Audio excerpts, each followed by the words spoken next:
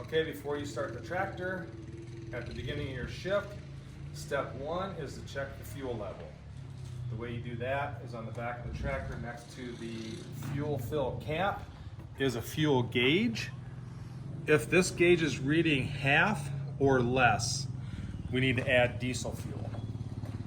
You do that by removing this cap, letting it hang there. Grab the diesel fuel can, which is yellow. Remove the cap off of the spout. Tip the can up with the nozzle in the fill port and push the green button on the nozzle of the can. That will allow fuel to flow from the can into the tractor.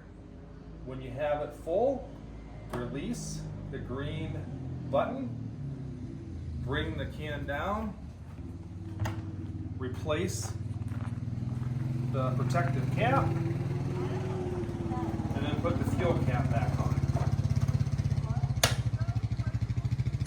When you're filling it, you can watch this gauge to kind of tell how much fuel you have in the tank. The next step is to do a visual check of the tractor. Walk around it, make sure all the tires have air, make sure there's nothing obviously broken or wrong. Look underneath it for any obvious signs of liquids dripping or puddling underneath the tractor. If any of the tires are flat or low on air, or any fluids underneath the tractor, anything looks amiss, don't start the tractor. Let the barn manager know there's a problem.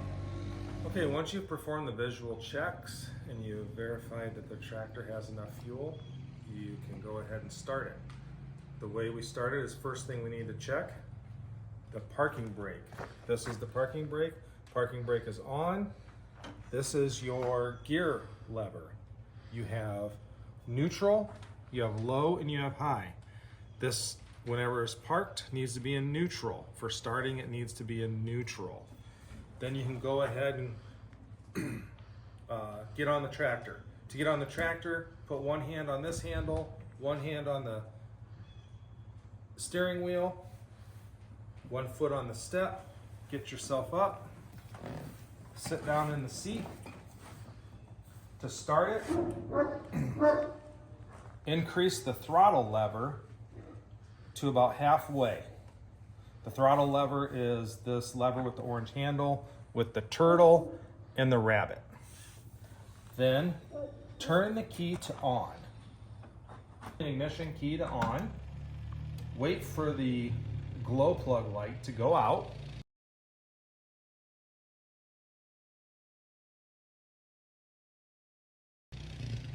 And then crank the engine over. Once the engine starts,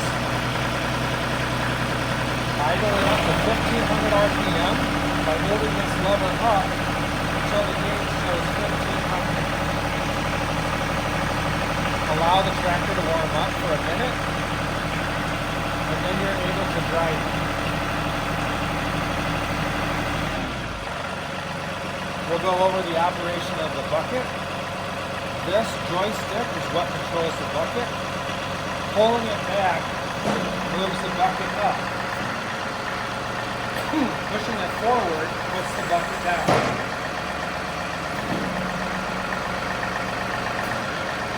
Pulling it to the right dumps the bucket. Pulling it to the left tilts the bucket back. In order to move the tractor, the bucket needs to be raised off the ground. I'm going to increase the RPM back up because I turned it down so you can hear me.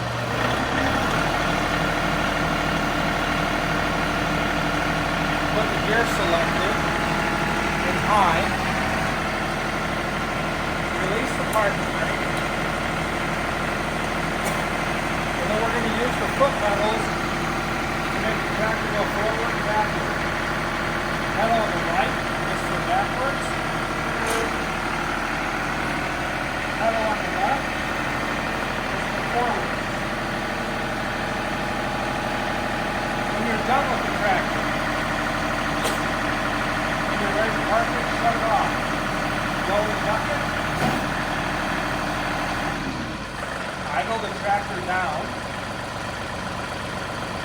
neutral, apply the parking brake, and then turn the tractor off. When you're cleaning the stalls, when you're going from stall to stall, don't shut the tractor off at every stall. Pull up to the next stall you want to clean, and then just simply idle the tractor down as low as it will go, and let it idle while you clean the stall. Then when you want to go move the tractor again, raise it back up to 1500. Move the tractor to the next stall, park the tractor, lower your idle, put the tractor in neutral, and apply the brake. If you do not have the tractor in neutral, and you go to get off of the seat, the tractor will shut off.